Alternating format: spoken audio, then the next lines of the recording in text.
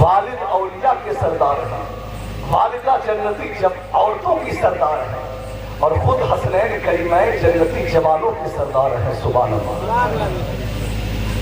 یہ شان ہے آقا حسین کی، ذرا محبت سے کہہ دے یا رسول اللہ. یا رسول اللہ. ایک اور حدیث ہے سماعت کو، ترمذی شریف کے حوالے سے مشکات شریف میں حدیث پاک ہے. عن ابن عمر ان رسول اللہ صلی اللہ تعالی علیہ وسلم قال قال رسول اللہ صلی اللہ تعالی علیہ وسلم ان الحسن والحسین هما ریحانیہ من الدنیا. حضرت امام حضرت ابن عمر رضی اللہ تعالی عنہ سے مروی ہے کہ پیارے آقا نے فرمایا حسن و حسین یہ میرے دنیا میں تو پھول ہیں. سبحان اللہ. سبحان اللہ. سبحان اللہ.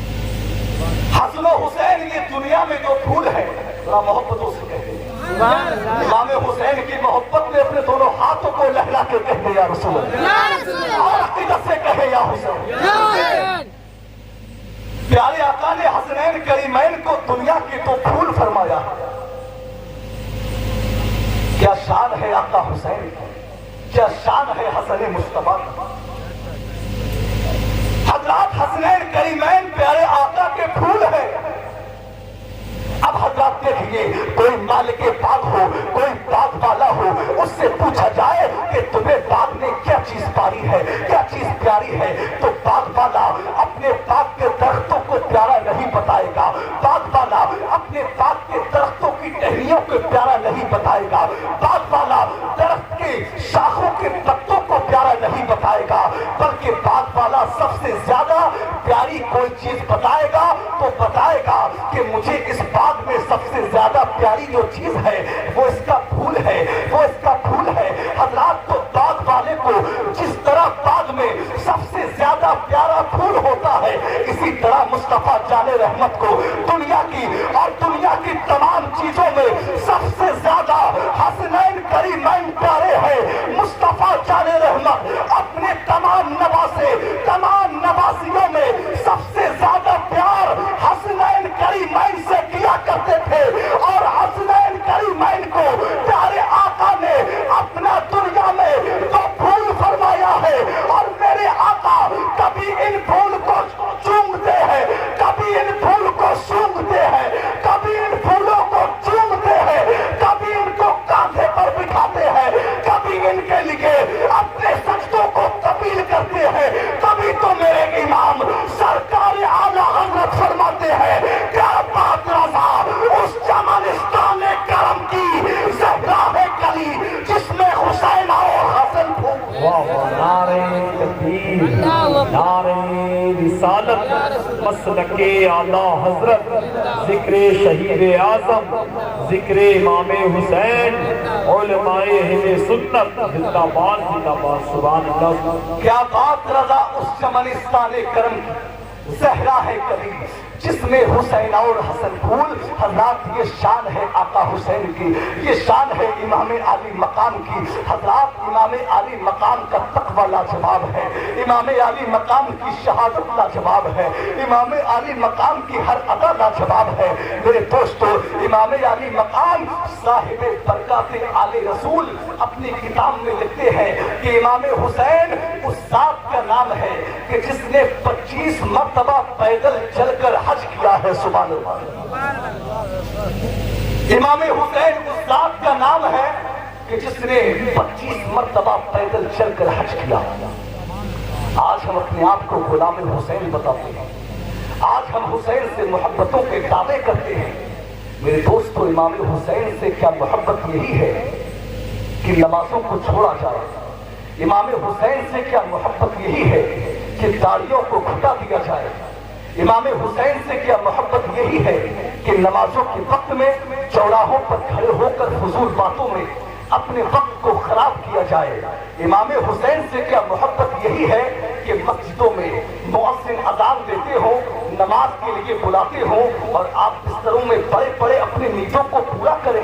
میرے دوستو، یہ محبت نہیں ہے، بلکہ محبت تو یہ ہے کہ پیغامات امام حسین پر عمل کیا جائے، پیغامات امام علی مقام پر عمل کیا جائے۔ حضرات امام علی مقام نے 25 مرتبہ پیدل چل کر حج کیا ہے۔ آج ہم غلامان حسین اپنے آپ کو کہتے ہیں۔ حضرات اگر آج اللہ رب العزت ہم نے کسی کو اتنی دولت عطا کر دے، اللہ ہم نے کسی کو اتنا مال دے دے کہ ہم صاحب نصاب ہو جائے، اللہ ہم کو اتنی دولت دے دے، تو آج ہم فکر کرتے ہیں تو کیا فکر کرتے ہیں؟ اس دولت کو ہم کہاں خرچ کرتے ہیں؟ حضرات ہم نینی تال کی وادیوں میں گھومنے کے لیے جاتے ہیں، ہم کشمیر کی وادیوں میں گھومنے کے لیے جاتے ہیں، ہم لداخ کی وادیوں میں گھومنے کے لیے جاتے ہیں، وہاں جو برف گرتی ہے اس کا نظارہ دیکھنے کے لیے جاتے ہیں، ہم تاج محل گھومنے کے لیے جاتے ہیں، ہم قطب مینار گھومنے کے لیے جاتے ہیں، ہم لال قلعہ گھومنے کے لیے جاتے ہیں، ہم دنیا کی مشہور جگہوں پر گھومنے کے لیے جاتے ہیں۔ میرے دوستو اے امام حسین کا غلام اپنے آپ کو کہنے والوں، امام حسین کے غلاموں کی شان یہ نہیں ہوتی، امام حسین کے غلام تو وہ ہوتے ہیں کہ اللہ پاک اگر غلامان حسین کو اگر اتنی دولت دے، اگر اتنا مال دے، تو امام حسین کے غلام کشمیر کی وادیوں میں جانا پسند نہیں کرتے، نینی تال کی وادیوں میں گھومنا پسند نہیں کرتے، لال قلعہ قطب مینار تاج محل اور دنیا کی مشہور و معروف جگہوں پر گھومنے کی چاہت نہیں کرتے، گھومنا پسند نہیں کرتے ہیں، بلکہ غلامان امام حسین اگر کہیں جانا پسند کرتے ہیں تو مدینہ شریف جانا پسند کرتے ہیں، دیار رسول کی حاضری دینا پسند کرتے ہیں، مکہ المکرمہ کی حاضری دینا پسند کرتے ہیں، بغداد معلی، کربلا معلی کی حاضری دینا پسند کرتے ہیں۔ تبھی تو کہنے والے نے کہا ہے کہ مالو سر سونا چاندی نہیں چاہیے، دولت پسند ہے نہ خزینہ پسند ہے، مجھ کو غبارے راہ مدینہ پسند ہے، لالوں میں ہے پسند مجھے آمنہ کا لال، شہروں میں مجھ کو شہر مدینہ پسند ہے۔ نعرہ تکبیر، نعرہ رسالت، مسلک اعلی حضرت حسینی کمیٹی، خواجہ کا ہندوستان۔ دولت پسند ہے نہ خزینہ پسند ہے، مجھ کو غبارے راہ مدینہ پسند ہے، لالوں میں ہے پسند مجھے آمنہ کا لال، شہروں میں مجھے شہر مدینہ پسند ہے۔ سبحان اللہ، ذرا محبتوں سے کہیں سبحان اللہ، سبحان اللہ، اور عقیدت سے کہہ دیں یا رسول اللہ۔ یا رسول اللہ۔ حضرات 1 بجنے والا ہے، وقت کافی ہو گیا ہے، اب میں امام حسین کی جو قربانیاں اس دین مصطفیٰ کے لیے رہی ہے، آج جو چمن اسلام جو ہرا بھرا نظر آ رہا ہے، آج جو شجر اسلام قائم و دائم نظر آ رہا ہے، یہ ایسے ہی قائم و دائم نہیں ہے، یہ ایسے ہی چمن اسلام ہرا بھرا نظر نہیں آ رہا ہے، ایسے ہی پوری دنیا میں پرچم اسلام لہراتا ہوا نظر نہیں آ رہا ہے، بلکہ اسلام کی خاطر، اس دین کی خاطر نواسہ رسول امام علی مقام نے اپنے سارے خاندان کو قربان کیا، اپنے تمام چاہنے والوں کو راہ خدا میں قربان کر دیا، اپنے بیٹے، اپنے بھتیجے، اپنے بھائیوں کو راہ خدا میں قربان کر دیا، اور خود اپنی جان کو بھی امام پاک نے راہ خدا میں قربان کر کے اس اسلام کی آبیاری کی ہے، اسلام کو بچایا ہے۔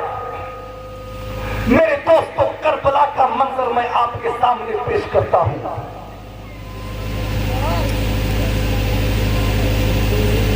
حضرت امام پاک کے سارے جانثار، سارے ساتھی، سارے رفقا کی شہادت کے بعد میں اہل بیت کے بھی بہت سے جوان شہید ہو گئے، ان کے بعد میں حضرت امام حسن مصطفیٰ کے بیٹے حضرت امام قاسم کیا فرماتے ہیں امام علی مقام کی بارگاہ میں. دیکھیے کہ امام قاسم نے اسلام کی خاطر کس طرح قربانیاں دی ہیں. آج ہم ان شہداء اسلام کی قربانیوں کو دیکھیں اور جو ہم شہداء اسلام سے محبتوں کے دعوے کرتے ہیں پھر ہم اپنی طرف چھانٹ کر دیکھیں, اپنا جائزہ لیں گے آج ہم اسلام کی خاطر کیا کیا کر رہے ہیں اور ان شہداء اسلام نے کیا کیا قربانیاں اس اسلام کی خاطر دی ہیں. حضرت امام قاسم رضی اللہ تعالیٰ عنہ نے اپنے چچا حضرت امام حسین کی بارگاہ میں عرض کیا کہ چچا جان مجھے بھی جام شہادت نوش کرنے کا موقع عنایت فرما دیں. مجھے بھی اجازت دے دیں کہ میں بھی میدان کارزار میں جاؤں, ان باغیان اسلام سے اسلام کی خاطر مقابلہ کروں, ان سے لڑوں, ان سے جنگ کروں. حضرت امام علی مقام نے فرمایا بیٹا حسین, بیٹا قاسم, تم میرے بھائی امام حسن مصطفیٰ کی یادگار ہو, ان کی نشانی ہو. بیٹا جب مجھے اپنے بھائی کی یاد آتی ہے میں تم کو دیکھ کر اپنے دل کو تسلی دے لیتا ہوں. بیٹا میں تمہیں میدان کارزار میں جانے کی اجازت نہیں دے سکتا. اب جب امام قاسم نے ہر طرح اجازت لینے کی کوشش کر لی اور امام پاک نے اجازت عطا نہ فرمائی تو اب امام قاسم رضی اللہ تعالیٰ عنہ کو ایک بات یاد آئی جو آپ کے والد حسن مصطفیٰ نے بتائی تھی. آپ کے والد امام حسن مصطفیٰ نے حضرت امام قاسم کو ایک تعویذ عطا کیا تھا اور وہ تعویذ امام قاسم کے بازو میں بندھا تھا. حضرت امام حسن مصطفیٰ نے کہا تھا کہ بیٹا یہ تعویذ میں تمہیں دے رہا ہوں, تم جب بھی کسی پریشانی کے عالم میں ہو, جب بھی تم کسی مصائب و عالم میں گرفتار ہو تو بیٹا اس تعویذ کو کھول کر اس کو پڑھ لینا. بیٹا تمہیں اس پریشانی سے نجات مل جائے گی, تمہاری پریشانیاں دور ہو جائے گی. امام قاسم رضی اللہ تعالیٰ عنہ کو جب یہ بات یاد آئی تو حضرت امام قاسم نے اس تعویذ کو کھولا اور اس تعویذ کو کھول کر پڑھا تو اس تعویذ میں مضمون کیا لکھا ہوا تھا وہ ملاحظہ کرے, میرے دوستوں ذہنوں کو قریب کرے اور کربلا کا منظر اپنے دل و دماغ میں بسا لے اور یہ واقعہ سماعت کرے. حضرت امام قاسم کو آپ کے والد حضرت حسن مصطفیٰ نے جو تعویذ دیا تھا, اب امام قاسم نے اس تعویذ کو جب کھول کر دیکھا تو اس تعویذ میں کیا لکھا ہوا تھا. اس تعویذ میں لکھا تھا کہ بیٹا قاسم میرے بھائی حضرت امام علی مقام تمہارے چچا جب میدان کربلا میں باغیان اسلام کے درمیان جب گھرے ہوئے ہو, جب مصائب و عالم میں گرفتار ہو تو بیٹا تم میرے بھائی حسن امام علی مقام پر اپنی جان کو قربان کر دینا. اب حضرت امام قاسم نے جب وہ تعویذ کو پڑھا, پڑھنے کے بعد اپنے چچا جان حضرت امام علی مقام کے ہاتھ میں دیا اس نیت سے کہ اب میرے چچا مجھ کو میدان کارزار میں جانے کی اجازت عطا کر دیں گے. اب حضرت امام قاسم رضی اللہ تعالیٰ عنہ نے جب تعویذ حضرت امام حسین کے ہاتھ میں دیا اور امام حسین نے جب وہ تعویذ پڑھا تو اس تعویذ میں کیا لکھا تھا ملاحظہ کرے. اس تعویذ میں لکھا تھا, اس تعویذ میں جب لکھا تھا جو لکھا تھا وہ میں بتا چکا ہوں. اب جب امام علی مقام نے اس تعویذ کو پڑھا تو میرے آقا امام حسین کی آنکھوں سے آنسوؤں کا سیلاب جاری ہو گیا, آنکھوں سے آنسو بہنے لگے, آنکھوں سے آنکھیں اشکبار ہو گئی اور امام علی مقام نے تعویذ کو پڑھ کر امام قاسم کو میدان کارزار میں جانے کی اجازت عطا فرما دی. میدان میں جانے کی اجازت عطا فرمائی. اب حضرت امام قاسم کو میدان میں ان باغیان اسلام سے مقابلہ کرنے کے لیے امام پاک نے تیار فرمایا۔ امام پاک نے اپنے بھائی حسن مصطفیٰ کا عمامہ آپ کے سر پر باندھا، تلوار آپ کے ہاتھ میں دی، گھوڑے پر سوار کیا، فرمایا بیٹا جاتے جاتے اپنی ماں اپنی پھوپھی سے ملاقات کرتے جاؤ، ان سے سلام کرتے جاؤ۔ اب حضرت امام قاسم رضی اللہ تعالیٰ عنہ خیمہ اہل بیت میں پہنچے، اپنی والدہ سے ملاقات کی، اپنی پھوپھی سے ملاقات کی، ان کو اپنا آخری دیدار کرایا اور آخری دیدار کیا، اور اب حضرت امام قاسم نے آخری سلام کر کے میدان کارزار کی طرف حضرت امام قاسم روانہ ہو گئے۔ اب حضرت امام قاسم باغیان اسلام کے سامنے پہنچتے ہیں، ان دشمنان اسلام کے سامنے ان کے مقابلے کے لیے امام قاسم میدان کارزار میں پہنچے اور ان سے کہا، اے یزیدیو، اے یزیدیو، اے باغیان اسلام، تم میں جو کوئی مجھ سے مقابلے کی ہمت رکھتا ہے اور تم میں جس کسی کی موت سر پر منڈلا رہی ہو، جو چاہتا ہے کہ مجھ سے مقابلہ کر کے اپنی جان کو اپنی زندگی کو ختم کرے، وہ میرے سامنے آئے۔ اب حضرت امام قاسم نے للکاریں جب ماری تو آپ کی للکاروں سے یزیدیوں کے اندر ایک ہیبت پیدا ہو گئی، ایک خوف طاری ہو گیا، اور کسی میں یہ ہمت نہیں ہوئی کہ امام علی امام قاسم سے مقابلے کے لیے آپ کے سامنے جاتا۔ اب جب امام قاسم مقابلے کی دعوت دیتے رہے، جب کافی دیر تک کوئی بھی میدان کربلا سے یزیدی فوج سے کوئی بھی شخص جب مقابلے کے لیے نہ آیا تو اب ابن سعد نے مشہور پہلوان، شام کے مشہور و معروف پہلوان ارزق کو حکم دیا، ارزق سے کہا، اے ارزق پہلوان، یہ نوجوان بہت دیر سے مقابلے کی دعوت دے رہا ہے، مگر ہمارے سپاہیوں میں، ہمارے کسی سپاہی میں اس سے مقابلے کی طاقت نہیں ہے، اس سے مقابلے کی ہمت نہیں ہو رہی ہے۔ ارزق میں تم کو حکم دیتا ہوں کہ تم 1000 کا لشکر لے کر اس سے مقابلے کے لیے جاؤ۔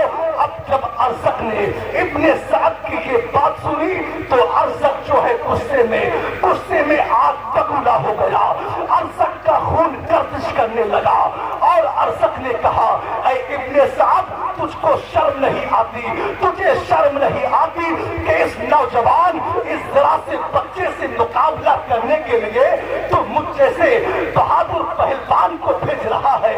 ارے میں تو خود 1000 کے لشکر کے لیے کافی رہتا ہوں، اور تم مجھے 1000 کے لشکر کو ساتھ لے جا کر اس سے مقابلے کے لیے کہہ رہا ہے۔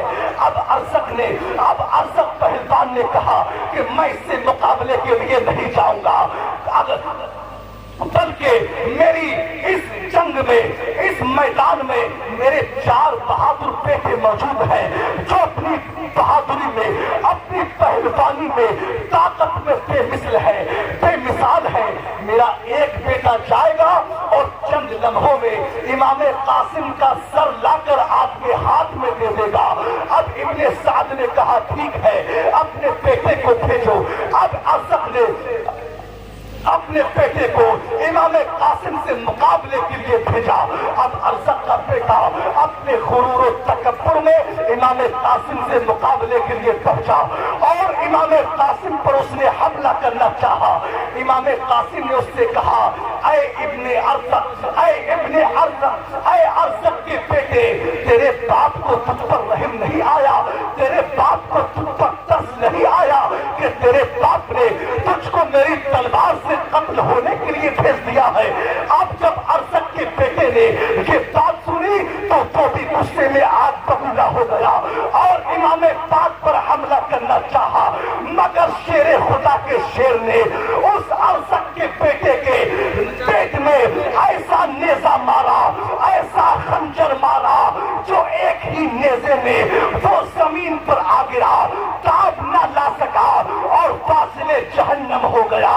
امام قاسم نے اس کی دین کی تلوار بھی اٹھا کر اپنے پاس رکھ لی۔ اب میرے دوستو، اب ارزق کے چاروں بیٹے یکے بعد دیگرے امام قاسم کے مقابلے کے لیے آتے رہے، امام قاسم سے جنگ کرنے کے لیے آتے رہے، مگر امام قاسم نے اس کے چاروں بیٹوں کو یکے بعد دیگرے فاصلے جہنم کر دیا، ان کی گردنوں کو تن سے جدا کر دیا، ان کی لاشوں کے انبار لگا دیے، ان کو گاجر مولی کی طرح کاٹ کر رکھ دیا۔ اب جب یزیدیوں نے دیکھا کہ یہ تو ہماری 4 بہادروں کو قتل کر چکا ہے، اب یزیدیوں نے شیر خدا کے شیر حضرت امام قاسم پر ایک ساتھ حملہ کیا۔ اب امام قاسم پر تیروں کی بارشیں کی، نیزوں کی بارشیں کی، تلواروں کی بارشیں کر دی۔ شیر خدا کے شیر کا جسم لہو لہان ہو گیا ہے، شیر خدا کے شیر کا جسم جو ہے زخموں سے چھلنی چھلنی ہو گیا ہے۔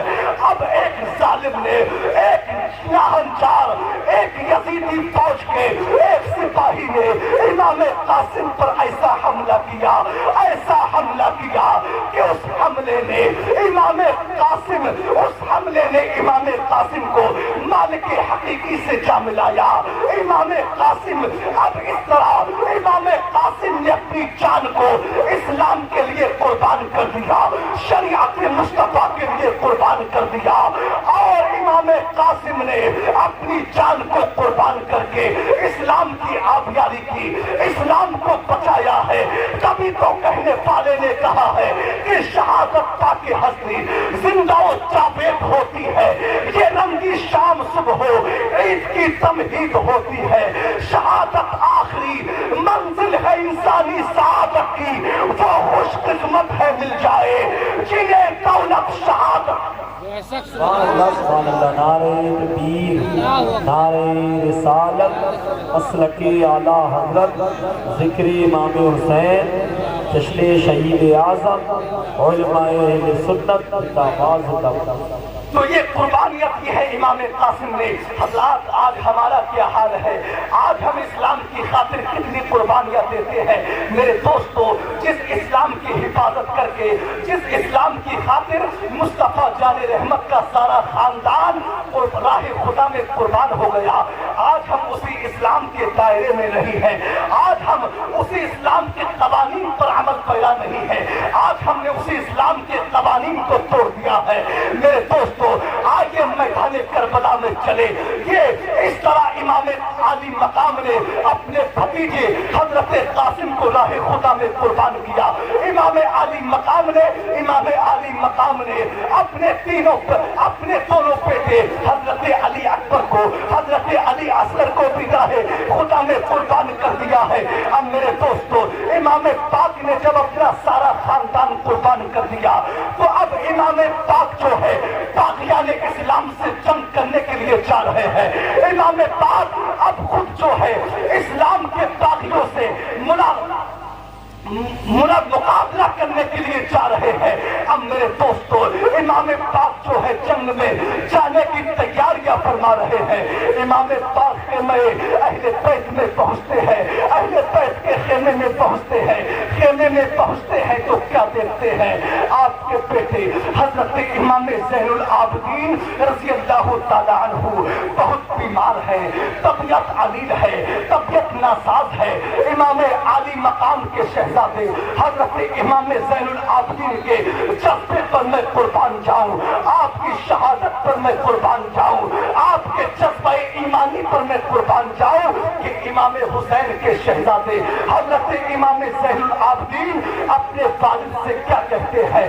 طبیعت خراب ہے، طبیعت ناساز ہے، کمزوری کا عالم ہے، ضعیف ہے، کمزور ہے، طبیعت علیل ہے، مگر کیا فرماتے ہیں امام عالی مقام کے شہزادے حضرت امام زین العابدین بیمار ہونے کے باوجود اپنے والد سے کہتے ہیں، اے بابا جان، اے ابا جان، میرے ہوتے ہوئے آپ راہ خدا میں قربان ہو، میرے ہوتے ہوئے آپ میدان کربلا میں جائے، ابا جان یہ مجھے اچھا نہیں لگتا ہے، ابا ابا جان پہلے مجھے میدان کربلا میں جانے کی اجازت دے۔ حضرات یہ جذبہ ایمانی ہے حضرت زین العابدین کا۔ آج ہمارا کیا حال ہے؟ آج اگر ہم کو اسلام کی خاطر اگر کہیں بلایا جائے، آج اگر ہم کو اسلام کی خاطر تحفظ اسلام کے لیے آواز دی جائے، آج اگر ہم کو دین کے کام کے لیے بلایا جائے، تو آج ہم تندرست ہونے کے باوجود، دولت مند ہونے کے باوجود، صحت یاب ہونے کے باوجود، آج ہم طرح طرح کی تکالیف بیان کر کے اور اسلام کی خاطر، اسلام کے کام کے لیے، دین کے کام کے لیے جانے سے انکار کر دیتے ہیں۔ ایک وہ بھی تھے کہ بیمار ہے، تب بھی میدان کربلا میں اسلام کی خاطر جان کو قربان کرنے کا جذبہ رکھتے تھے۔ اللہ اکبر۔